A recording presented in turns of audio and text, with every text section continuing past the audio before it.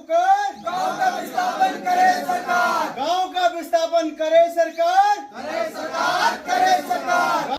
तो उस दिन हमने एक पत्र लिखा था RVNL को कि हम तब उठेंगे यहाँ से जब हमारे प्रत्येक घर से एक बच्चे को नौकरी मिलेगी। रेलवे प्रशासन होश में आए, होश में आए, होश में आए। बलियाखान वाले करे पुकार। रेलवे प्रशासन और सरकार के खिलाफ नारेबाजी करते ये ग्रामीण नरेंद्र नगर तहसील के बल्दिया खान गांव के हैं, जिनके आशियाने खतरे की जद में है। यहाँ मकानों पर बड़ी बड़ी दरारें पड़ गई हैं, जिससे ग्रामीण दहशत में हैं। ऐसे में ग्रामीण विस्थापन और रेलवे विकास निगम में परिवार के एक सदस्य को नौकरी देने की मांग कर रहे हैं। साथ ही ग्रामीणों ने मांग पूरी न होने पर आंदोलन के लिए सड़कों पर उतरने की चेतावनी भी दी है। हमारी दोबारा यही मांग है, हमारी 2 साल से लड़ाई लड़के जो भी पैसा मिला, हमको रिपेयर का पैसा मिला है, उससे हमने अपने मकानों पर दिल से रिपेयरिंग करी है अपने, क्योंकि अपने घर थे वो हमारे।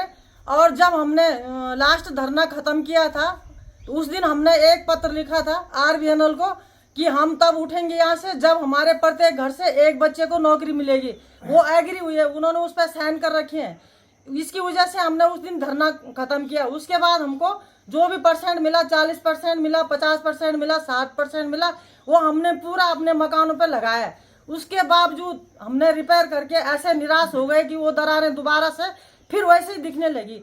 बार बार लड़ाई लड़ने से तो ये है कि सरकार हमको विस्थापन कर दे और हमारे प्रत्येक घर से एक बच्चे को नौकरी दे दे।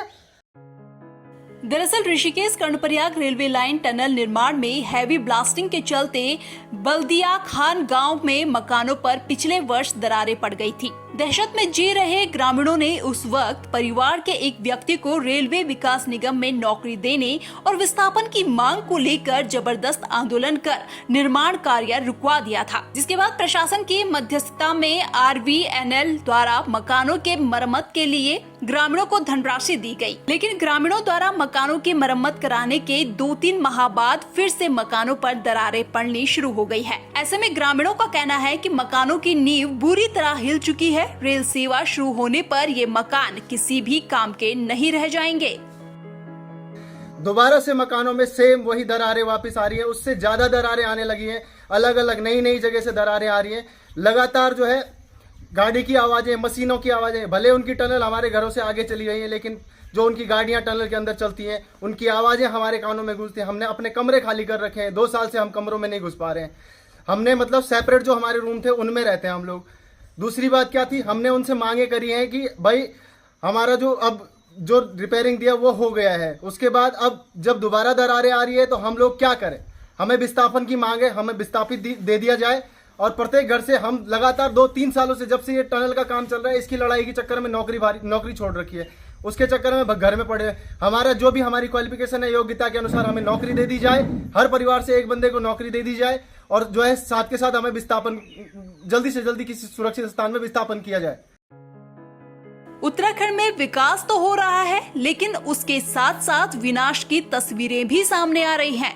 पहले जोशीमठ तो अब बल्दिया खान गांव के मकानों में दरारें पड़ना शुरू हो गया है। लेकिन शासन प्रशासन इसका परमानेंट समाधान करने की बजाय खानापूर्ति करता नजर आ रहा है।